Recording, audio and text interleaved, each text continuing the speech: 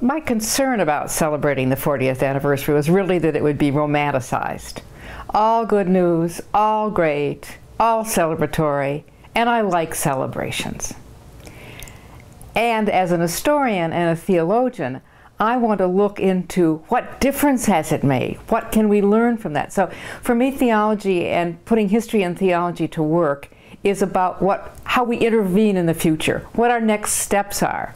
If we really, in my opinion, want to honor the women, the courageous women who brought us to this point, we need to continue to grow from their courage to our courage into the future. My concern is that we learn from the past 40 years, see where we need to put the pedal to the metal and continue the work, and not become laconic or lazy as if we think we've already done it.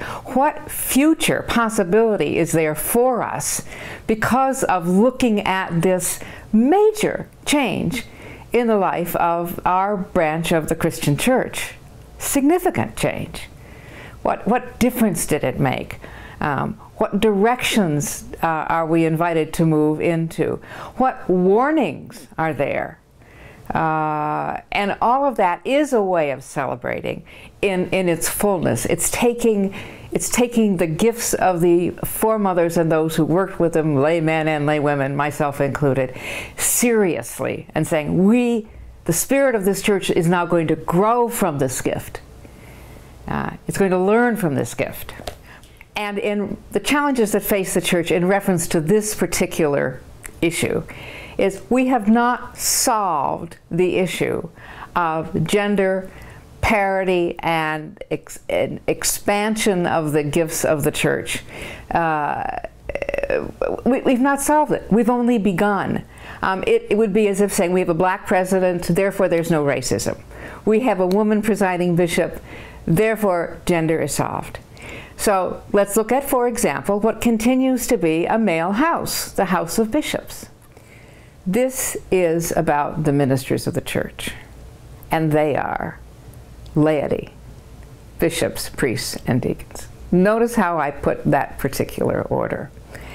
And if this leadership notion is not engaged in its fullest across, if we continue to have priestly domination or episcopal domination or creeping privilege domination, we're going nowhere. This is about us all as a gathered community that seeks to gather others, that seeks to be transformed. So how are our notions of leadership really changing?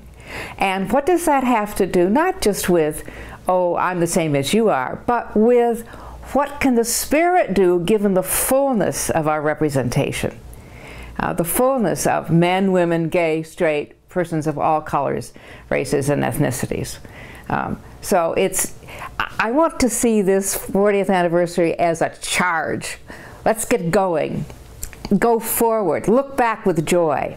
Historians, in my understanding, study the past so they can intervene in the future. So for me, it's about not getting stuck. And it's about privileging all the voices. I, as a layperson, had no desire to be ordained. My vocation is education and teaching. But this was essential for all members. This change was essential. I fought for it, for all members to see a fuller, more engaged, more diverse, more realistic embodied church.